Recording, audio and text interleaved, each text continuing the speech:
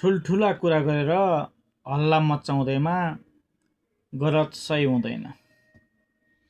चारजना मान्छे उफ्रिएर झ्याली पिटाए पनि असत्य कुरा सत्यमा परिणत हुँदैन। राम्रो कर्मले राम्रै परिणाम ल्याउँछ। विरोध गर्नु कुनै नयाँ कुरा होइन। यो परम्परादेखि नै सत्य काम गरे पनि विरोधी आउँछ, असत्य काम गरे पनि विरोधी आउँछ।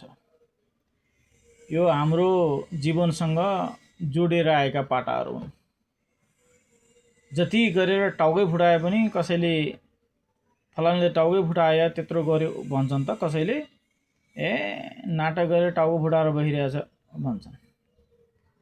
मान्छेको कुन अवस्थामा कुन सिचुएसनमा कस्तो चाहिँ दिमाग चलिरहेको हुन्छ थाहा नै हुँदैन। अब अहिले चारजना मान्छे संसदमा बुद्रुक बुद्रुक उफ्रिरहेका छन् अनि नियमहरू आरामले पास भइरहेका छन्। चारजना कराउँदैमा यो बहुमतको सरकारले यसलाई स्टप गरौँ भनेर भन्दैन। किनकि हिजोको दिन हामीले बिर्सेका छैनौँ। हिजो 3 महिनासम्म लगातार कराइरहँदा पनि, रासोपाले कराइरहँदा पनि 21 सिट त हो नि भनेर जबरजस्ती घटङटङ लाएर पेलेर नियम पास गराइएका थिए। हामीले बिर्सेका छैनौँ। अझ पनि रेकर्डहरू ताजै होलान्, हेर्न मिल्छ। रेकर्डलाई मेटाउन सकिँदैन, मेटिँदैन पनि। इन्टरनेटका कुराहरूलाई डिलिट गर्न सकिँदैन भनेर त सबैलाई थाहा नै होला। त्यसलाई 10 वर्ष पछाडि 30 वर्ष पछाडि पनि त्यो मेटिएको हुँदैन। त्यसलाई फेरि निकालेर स्वतस्फूर्त रूपमा पहिला जस्तै राम्रो तरिकाले हेर्न सकिन्छ।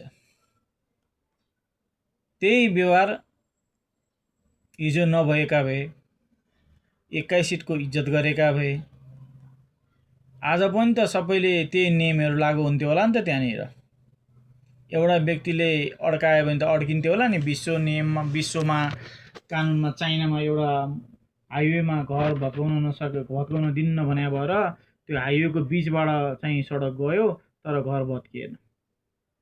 एउटा व्यक्तिको प्रभाव पर्यो नि त। किनकि पहिलेदेखि नै त्यहाँ कानुन सही रूपमा दौडिरहेको थियो।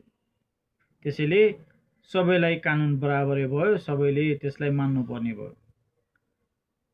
अहिले आएर चिच्चाएर के फाइदा छैन। हिजोको विसङ्गति मेटाएर मेट्नेवाला थिएन, मेट्नेवाला पनि छैन। भित्र भाला रोपिएका कुराहरू हामीलाई पनि थाहा छन्। अब जे हुन्छ राम्रैको लागि हुन्छ र कसैले यो भएन त्यो भएन भन्दा पनि हुँदैन। जो मान्छे नेतृत्व गर्ने क्षमताका साथ अगाडि बढिरहेको छ त्यो मान्छेले पक्कै पनि राम्रो गर्नेछ र राम्रैको लागि हुनेछ। साथीहरू, साना साना कुरामा रोकटोक नगरौँ। किनकि हाम फालेर जानलाई लड्ने चान्स धेरै हुन्छ। मुसो अथवा भित्र छिरेर जाँदा जमिनभित्रै पुगेला र छाती खुलाएर हिँड्न सक्ने सिट क्षमता तपाईहरुले ल्याउनु भएन। त्यसरी ल्याउनु भएको थियो भने आफै सर्वेश्वर हुनुहुन्थ्यो र सबै आफ्नो तरिकाले काम गर्न सकिन्थ्यो। अब आफू सर्वेश्वर हुनु भएन अहिले। त्यसैले सपोर्ट गरौँ। सपोर्ट गर्ने बानीले पनि सबैलाई हित हुने काम गर्छ। बेफाकमा कराएर बिथोल्ने परिपाटी ल्याए पनि, सबैको ध्यान केन्द्रित गर्न खोजे पनि हुने कुरा भएरै छोड्छ। त्यसैले सपोर्ट गर्नु नै बेटर हो। सपोर्ट गर्ने काम गरौँ।